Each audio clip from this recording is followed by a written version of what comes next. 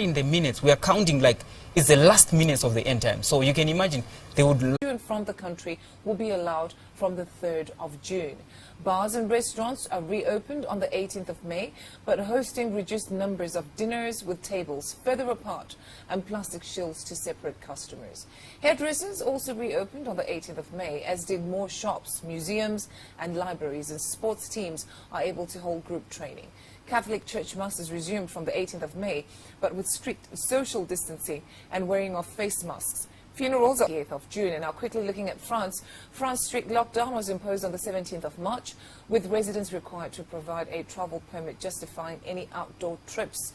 Restrictions began to ease open in green zones. They are vulnerable, are allowed out, but most use common sense. Cinemas will also start reopening on the 22nd of June. So that's just in and around Europe there. That's a brief update. Used to call on what happens in the political world, because they would tell that we have pastor, like you were saying, to say there's a difference between a preacher and a man of God. Yeah.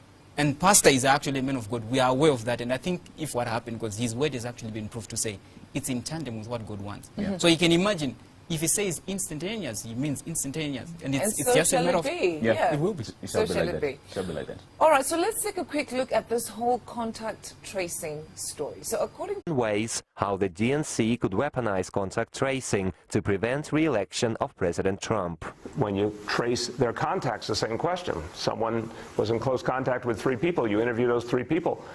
Those folks need to be tested. Those folks need to be asked, can they isolate if they test positive?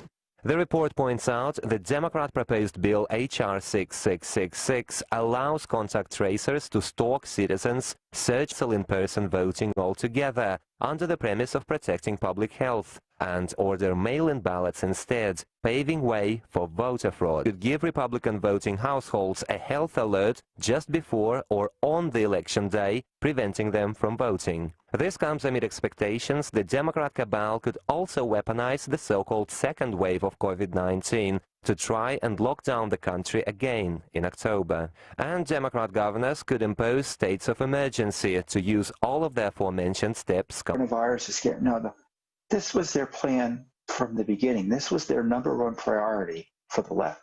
Meanwhile, reports say Democrat officials will be able to easily... On our contact tracing, as we are building up towards the elections, we have to find other means, if we're going to say that they are health concerns, to actually allow us to actually vote. And if you look at the way